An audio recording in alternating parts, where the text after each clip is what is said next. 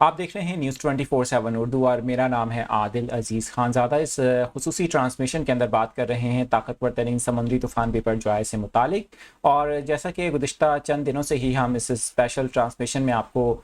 ہر لمحے کی اس طوفان سے متعلق، اس کے ٹریک سے متعلق اپڈیٹس دے رہے ہیں۔ گزشتہ رات جو ہم نے آپ کو کچھ ٹیکنیکل چیزیں بتائی تھیں اس طوفان کے ٹریک کے حوالے سے، بالکل ایسا ہی ہوا۔ آج صبح فجر کے وقت ہم نے دیکھا کہ اس طوفان کی شدت میں کچھ وقت کے لیے دوبارہ سے اضافہ ہوا اور تقریباً 165 کلومیٹر فی گھنٹہ کی رفتار سے ہواؤں کی رفتار اس کے جو سراؤنڈنگ میں چل رہی تھیں، اور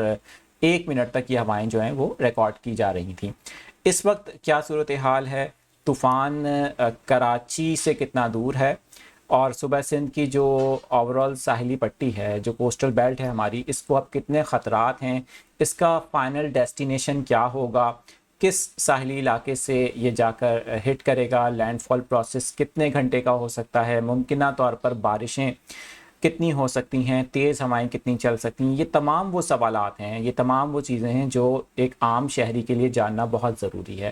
سوشل میڈیا پر بہت ہائپ بھی کریٹ ہوئی بھی ہے، کچھ فیک ویڈیوز بھی گردش کر رہی ہیں۔ خاص طور پہ کراچی شہر ایک ایسا شہر ہے جہاں پر مانسون کی جب بارشیں ہوتی ہیں تو تب بھی لوگ کافی خوف میں آ جاتے ہیں۔ ظاہر ہے کہ یہاں پر بارش جب ہوتی ہے تو پھر سیلابی صورتحال بھی پیدا ہو جاتی ہے۔ سب سے پہلے تو آپ کو بتائیں کہ سمندری طوفان بیپر جوائے کراچی سے تقریباً 360 کلومیٹر دور جنوب میں اس وقت موجود ہے۔ اس طوفان کے ٹریک میں کچھ غیر معمولی تبدیلیاں دیکھنے کو ملی ہیں۔ گزشتہ رات بھی ہم نے آپ کو بتایا تھا کہ جو انٹرنیشنل ماڈل ہیں وہ یہ پروجیکشنز شیئر کر رہے ہیں کہ یہ طوفان شمال مشرق کی جانب موو کرے گا، لیکن ہم نے دیکھا ہے گزشتہ 12 گھنٹے کے اندر یا اس سے زائد اس طوفان نے شمال اور شمال مغرب کی جانب موو کیا ہے، جس سے یہ امکان ظاہر کیا جا رہا ہے کہ یہ طوفان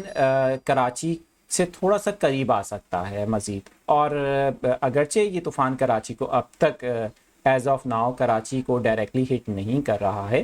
لیکن اس کے صوبہ سندھ کی جو مشرقی ساحلی پٹی ہے، جن میں کیٹی بندر ہے، سجاول ہے، عمر کوٹ ہے، اسلام کوٹ ہے، اور اس کے جو اطراف کے علاقے ہیں بدین ٹھٹھا ہے،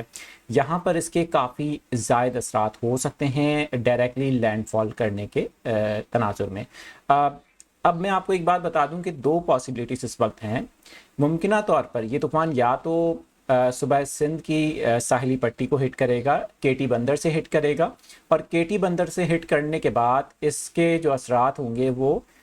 اس کے اطراف کے جتنے بھی علاقے ہیں وہاں پر، خاص طور پہ سجاول اور اس کے اطراف بہت زائد ہو سکتے ہیں۔ وہاں پر تیز ہوائیں چل سکتی ہیں،